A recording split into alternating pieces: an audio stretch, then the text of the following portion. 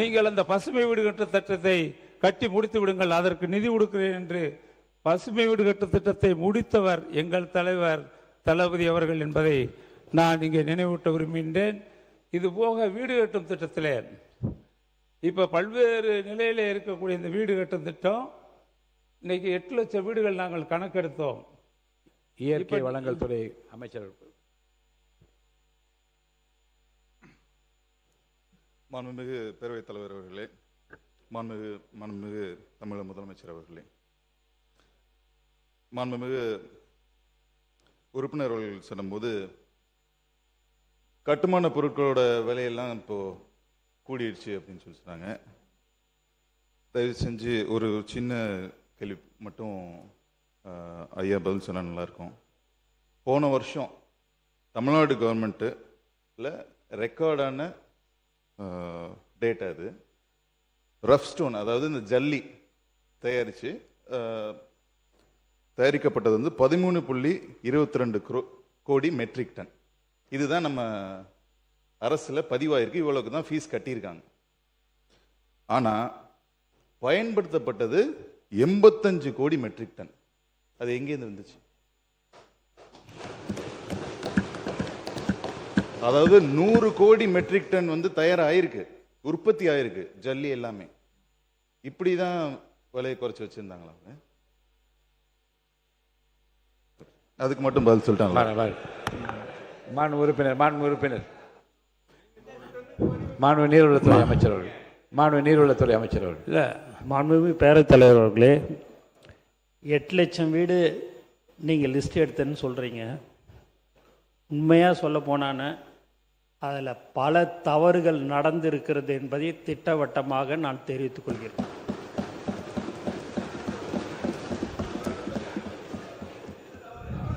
இல்லை, நீங்கள் லிஸ்ட்டு வீடு இல்லாதவங்களுக்கு தான் நம்ம அந்த வீடு கட்டும் திட்டம்.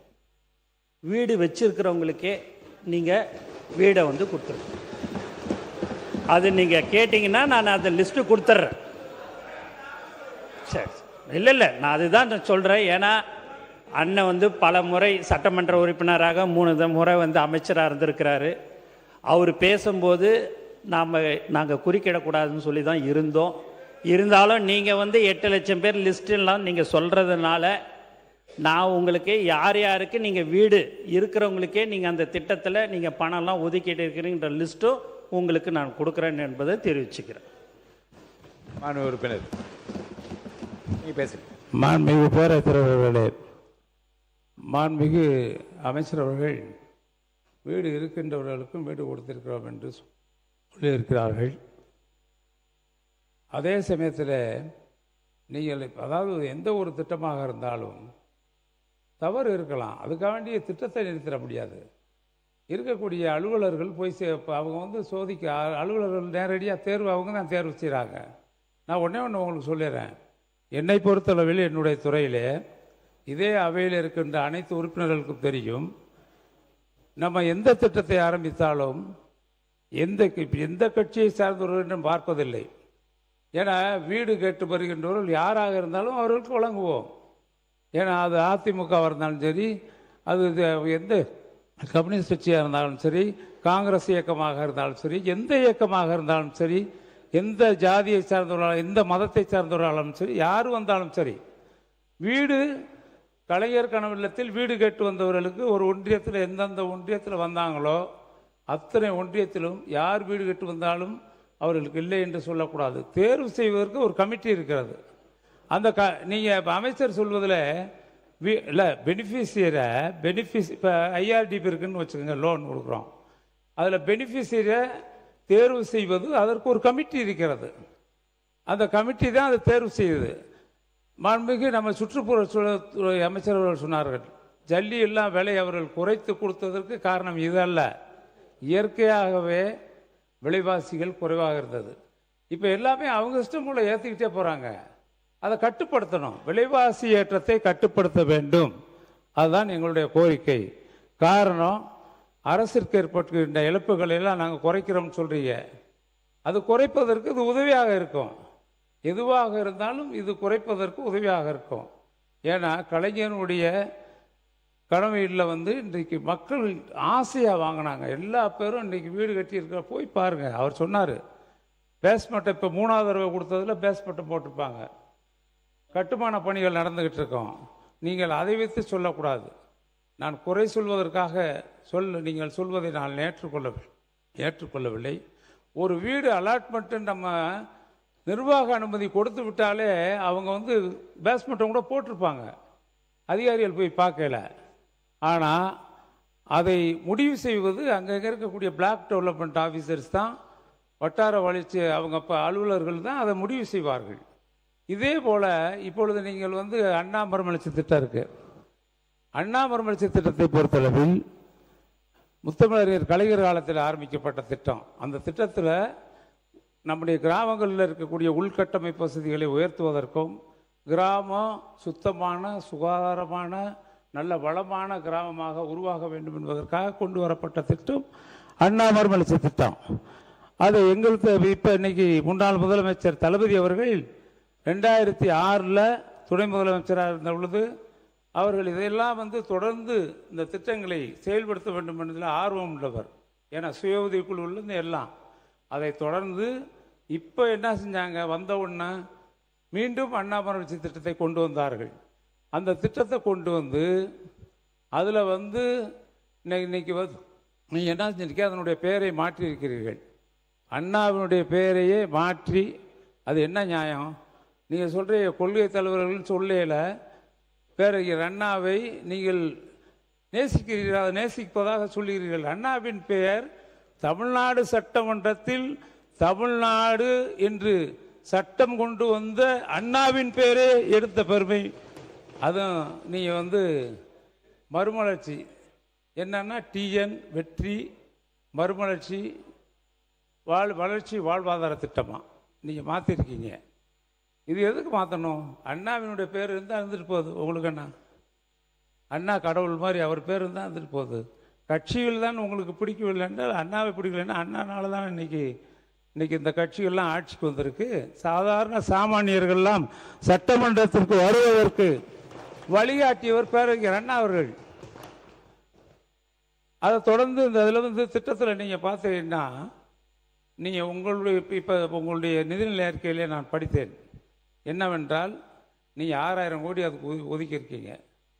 6000 கோடி ஒதுக்கி அதில் வந்து இதுக்கு வந்து பெரிய அர்பனுக்கு, அதாவது பெரிய நகரங்களை சுற்றி இருக்கின்ற கிராம பஞ்சாயத்துகளுக்கு ஒரு 1000 கோடி சாலை வசதிகள் மேம்பாட்டு திட்டத்திற்காக ஒரு 1000 கோடி ஒதுக்கியிருக்கீங்க. இதுபோக மலை பகுதியில் இருக்கின்ற கிராமங்களுக்கு 100 கோடி ரூபாய் ஒதுக்கியிருக்கிறீர்கள்.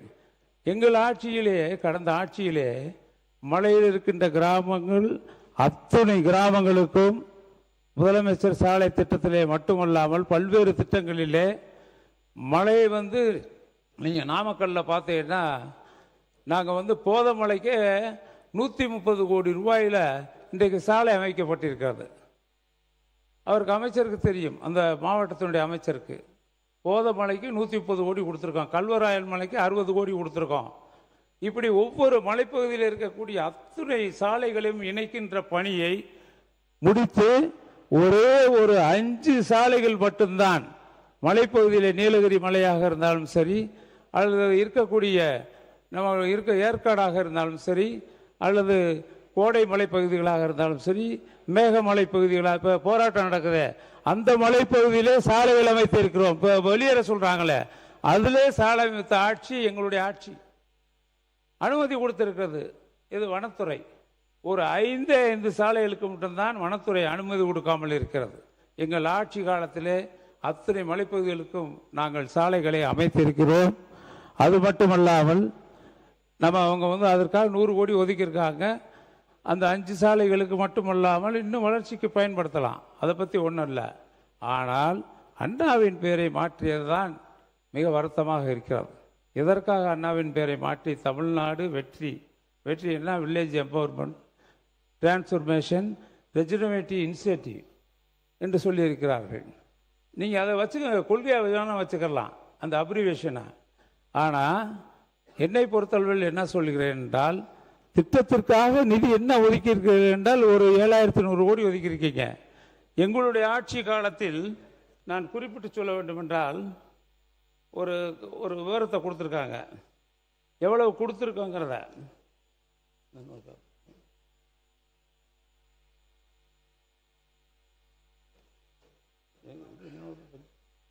மாண்பு நீர்வளத்துறை அமைச்சர் அவர்கள்.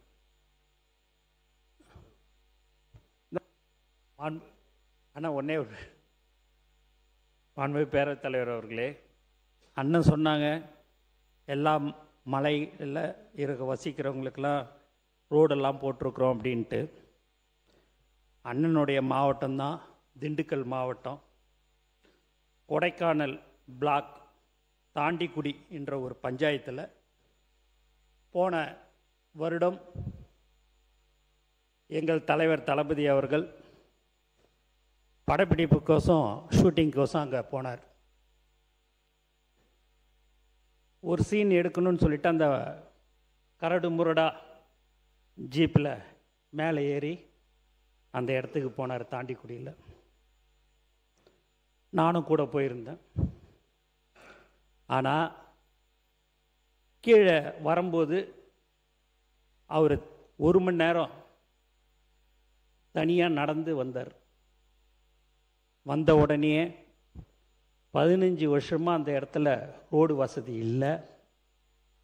நம்ம சொந்த செலவில் இந்த ரோடு ஒரு 254 பேர் தான் அங்கே வாழ்ந்து கொண்டு இருக்கிறார்கள். அதனால் ரோடு போடலை, நம்ம சொந்த செலவில் போட்டுடலாமான்னு. நம்மளை பேனர் வைக்கவே விடலை, நம்மளை எங்கே போய் இந்த ரோடு போடுறதுக்கு விடுவாங்க சார் அப்படின்னு. நம்மளுடைய ஆட்சி கண்டிப்பாக வந்துடும் சார், வந்த உடனே போட்டுடலாம் அப்படின்னு சொன்ன சிரிச்சார். நான் பதவியேற்று 5வது நாள் முதலமைச்சர் அலுவலகத்திலேருந்து ஒரு நோட் ஷீட் வருது. என்னான்னு பார்த்தீங்கன்னா, அந்த தாண்டிக்குடியில் கிராமத்துக்கு ரோடு போடணும்னு சொல்லிட்டு போன வருஷம் மே மாதத்தில் சொன்னதை நினப்பு வச்சுக்கின்னு நான் அதை மறந்துட்டேன். எங்களுடைய முதலமைச்சர் அவர்கள் வந்த 5வது நாட்களே அதை போடுறதுக்கு சொன்னார். இன்றைக்கி சுமார் 5 கோடி ரூபாய் ஒதுக்கீடு செய்யப்பட்டு இன்று வேலை ஆரம்பிக்கப்பட்டு இருக்குது என்பதை இந்த அவையில் நான் தெரிவித்துக் கொள்கிறேன். மாண்பு உறுப்பினர் அவங்க பேசுகிறாங்க. அவங்க மூலமாக அவங்க பேசுகிறாங்கல்ல, அவங்க பேசும்போது நீங்கள் வருங்க. அவங்க பேசுகிறாங்க உறுப்பினர், நீங்கள் பேசுங்க. இல்லை அவங்க மூலம் பேசுகிற உங்கள் உறுப்பினர் தானே பேசுகிறாங்க, பேசிட்டோம். இல்லை அதாவது இப்படி மாண்புமிகு அமைச்சர் அவர்கள் சொன்னது கூடம் நகர் என்று ஒரு நகர் ஏதோ ஒரு பகுதியில் இருக்கிறது. நான் சொல்ல பிரதான சாலை கிடையாது, தாண்டிக்குடியில் அது ஒரு பிரதான சாலை கிடையாது. கூடம் நகர் இல்லை, அது இல்லை. கூடம் நகருக்கு நாங்கள் பண ஒதுக்கீடு செய்து அதுக்காக ஒதுக்கிய பணத்தை அந்த டெண்டர் எடுத்தவர் இறந்து விட்டார். இறந்து விட்டதற்கு பின்னால் வீரகுமார்னு இறந்துட்டார். அதுக்கு பின்னால் இப்போ டெண்டர் வச்சாச்சு, அதுக்கு தான் அந்த பணி நடக்குது. ஆக அதற்கு டெண்டர் கொடுத்த ஆட்சியும் எங்களுடைய ஆட்சி என்பதை நான் தெரிவித்துக் கொள்ள விரும்புகின்றேன். இதில் குறிப்பாக எங்களது ஆட்சியில் கிராமப்புற உட்கட்டமைப்பு வசதிகளை மேம்படுத்துவதற்காக பல்வேறு திட்டங்களில் எல்லா திட்டங்களுடைய நிதிகளையும் ஒதுக்குறோம். ஒரு இன்னுக்குள்ளே கொண்டு வர ஒரு கிராமத்தினுடைய வளர்ச்சிக்காக, கிராம வளர்ச்சிக்காக எல்லா திட்டங்களையும் கொண்டு வர்றோம். அதில் பார்த்தீங்கன்னா அனைத்து கிராம அண்ணாமரவளர்ச்சி திட்டத்துக்கு 1200 கோடி கொடுத்துருக்கோம். அதே மாதிரி நபார்டு PMGSYயில் 3700 கோடி கொடுத்துருக்கோம். அதுபோக பெரிய அர்பனுக்கு 300 கோடி கொடுத்துருக்கோம். அதுபோக குழந்தை நேயப்பள்ளின்னு சைல்டு ஃப்ரெண்ட்லி ஸ்கூல்னு ஒன்று இருக்குது, அதுக்கு அந்த ஸ்கூல் உங்களுக்கு தெரியும், அது கிட்டத்தட்ட 200 கோடி கொடுத்துருக்கோம் அந்த வருஷம், போன வருஷம். அப்போ கொடுத்ததில் 200 கோடி. அதே மாதிரி கிராமத்தில் இருக்கக்கூடிய ஏற்கனவே கிராமத்தில் இருக்க நீர்த்தேக்க தொட்டிகள்லாம் 6 மீட்டர் 7 மீட்டர் தான் இருக்குது, அதை 12 மீட்டர் ஆக்கி இதுவரை வரலாற்றில் இல்லாத வானத்தை பார்க்கின்ற அளவிற்கு ஏறத்தாழ 7500 மேல்நிலை நீர்த்தேக்க தொட்டிகள் கிராமப்புறங்களில் கட்டப்பட்ட ஆட்சி கடந்த கால ஆட்சி என்பதை நினைவுற விரும்புகின்றேன். அதில் கடந்த ஆண்டு 300 கோடி. அந்த 300 கோடி நீங்களாக தொடர்ச்சியாக பல்வேறு திட்டங்களின் மூலமாக நம்ம புதிய நம்ம நீர்த்தேக்க தொட்டிகள் கட்டது 300 கோடி, உயர்மட்ட பாலங்களுக்காக 800 கோடி கொடுத்துருக்கோம். இது போக ஊரக பகுதியில் உள்ள தெருக்கள் மற்றும் அந்த குறுகலான சந்துகளுக்காக 350 கோடி கொடுத்துருக்கோம். ஊரக பகுதியில் உள்ள மண் சாலைகளை ஓரடுக்கு கப்பி சாலைகளாக மாற்றுவதற்கு 150 கோடி கொடுத்துருக்கோம். அதே மாதிரி கிட்டத்தட்ட அங்கே இருக்கக்கூடிய நீர்வளங்களை பாதுகாப்பதற்காக ஒரு 500 கோடி கொடுத்துருக்கோம். இது ஊராட்சி மன்ற கட்டடங்கள் கட்டுவதற்கு 157 கோடி கொடுத்துருக்கோம். அதுபோக நமக்கு நாமே திட்டத்திற்காக 150 கோடி கொடுத்துருக்கோம். ஏறத்தாழ 8000 கோடி அளவிற்கு நாங்கள் நிதி அளித்திருக்கிறோம் கடந்த ஆண்டு. ஆனால் இந்த ஆண்டு நீங்கள் பெரிய அர்பனுக்கு ஒரு 1000 கோடி, அது மலை வளர்ச்சி பகுதிகளுக்கு சாலைகள் அமைக்க ஒரு 100 கோடி, இது போக 6000 கோடி கொடுத்துருக்கேன். மொத்தம் 7100 கோடி. இதை கணக்கிட்டு பார்த்தால் இந்த நிதிநிலை அறிக்கையில் கடந்த ஆண்டு நடந்த உள்கட்டமைப்பு வசதிகளுக்காக, கிராமப்புற உள்கட்டமைப்பு வசதிகளுக்காக வழங்கப்பட்ட பணம் ஏறத்தாழ 8000 கோடி. நீங்கள் 7807 கோடின்னு வச்சுக்கோங்க, நீங்கள் 7100 கோடி கொடுத்துருக்கீங்க. ஆக குறைவாகத்தானே இருக்கிறது. இந்த நிதிநிலை அறிக்கையில் பார்க்கின்ற பொழுது எந்த வித்தியாசமும் தெரியல. வீடு கட்டுறதுக்குனால 3500 கோடி தான். இதுக்கு உள்கட்டமைப்பு பள்ளிக்கல்வித்துறை அமைச்சர்கள். மாண்புமிகு பேரவைத் தலைவர் அவர்களே, பல்வேறு விஷயங்களை மூத்த உறுப்பினர் அண்ணன் சுட்டி காண்பித்துக் கொண்டிருந்தார். நேற்று கூட மூத்த உறுப்பினர் ஏவாவில் அண்ணன் பேசும்போது சமஸ் அவர்களினுடைய ஒரு புத்தகத்தை கூட காட்டினாங்க. நான் சமஸ் அவர்களினுடைய வார்த்தைகளை நல்லா படிக்கக்கூடிய ஒரு ரீடர். அவர் இன்னொரு ஆர்டிகிள் எழுதியிருந்தார். ஆர்டிகிளின் தலைப்பு என்ன தெரியுமா? விஜய் 100 ஊழலுக்கு எதிரான ஒரு அடி. என்ன பேசினாலும் ஆதாரம் காட்டுங்கள், ஆதாரம் காட்டல அவர் சொல்கிறார்கள். அமைச்சர் பெருமக்கள் எழுந்து பேசுகிற போதே தவறு நடந்திருக்கலாம் என்று அவரே சொல்கிறார். முதலில் தவறு நடந்திருக்கலாம் என்று ஒப்புக்கொண்டதற்கு ஒரு பணிவான நன்றியை தெரிவித்துக் கொண்டு, ஆதாரங்களை நாங்கள் காட்டும் போதே இப்படி பேசுகிறார்கள். மாண்புமிகு முதலமைச்சர் ஆதாரங்களை வைத்திருக்கிறார், அவர் ஒருவேளை எடுத்து காட்டிவிட்டார் என்று சொன்னால் அவர்கள் நிலைமை நினைத்து பார்த்தேன். கொஞ்சம் கவலையாகத்தான் இருக்கிறது.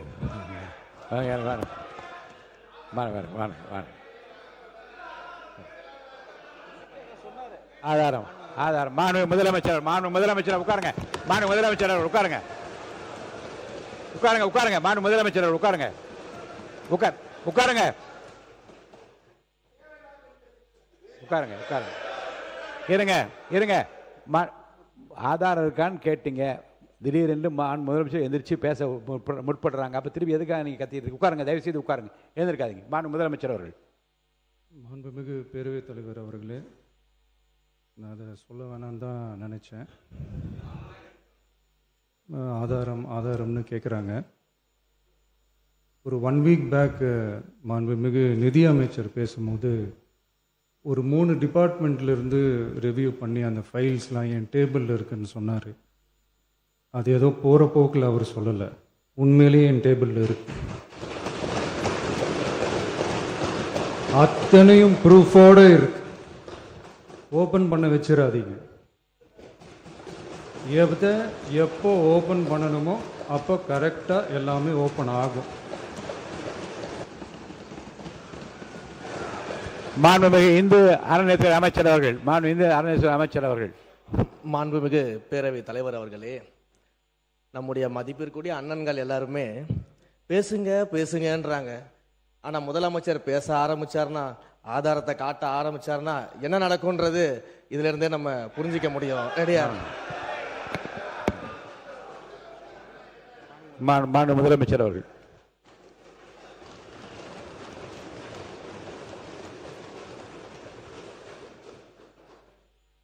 மாண்புமிகு பேரவைத் தலைவர் அவர்களே, மக்கள்கிட்ட எப்போ பேசணும், என்ன பேசணும், எப்படி பேசணும் எல்லாம் பேசிட்டு தான் அன்பா ஆசையா எங்க எல்லாரையும் கொண்டாந்து உட்கார வச்சிருக்கிறோம்.